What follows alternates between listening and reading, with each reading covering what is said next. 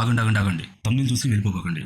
Subject ఎంత వాల్యుబులో తెలుసుకొని అది వాల్యుబుల్ కాకపోతే అప్పుడు వెళ్ళిపోండి. మీరు చూసిన తమిళ్ ఆ లైన్ ఆర్ట్ అనుకున్నా కానీ, పెన్సిల్ స్కెచ్ అనుకున్నా కానీ, అది చేయాలనుకున్నప్పుడు ఫస్ట్లో చాలా ఆప్షన్స్ యూస్ చేయాల్సి వచ్చేది.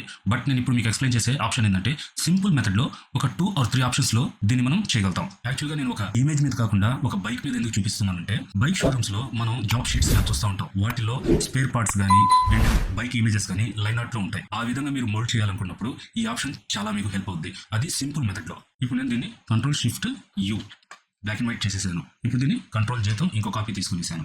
దీన్ని Ctrl+I ఇన్వర్ట్ చేసేసాను. దీని తర్వాత బ్లెండింగ్ మోడ్స్లోకి వెళ్ళి కలర్ డాట్స్ ఇచ్చేసాను అండ్ ఫిల్టర్లోకి వెళ్ళాను, అదర్స్లోకి వెళ్ళాను, మినిమం క్లిక్ చేశాను. ఆల్రెడీ చూసారా, మనకి పాయింట్ ఒకటి ఉండేటప్పటికే మనకి సరిపోయింది. మీరు పెంచుకుంటే చూసారా అవుట్లైన్ ఎలా వస్తుందో మీకు.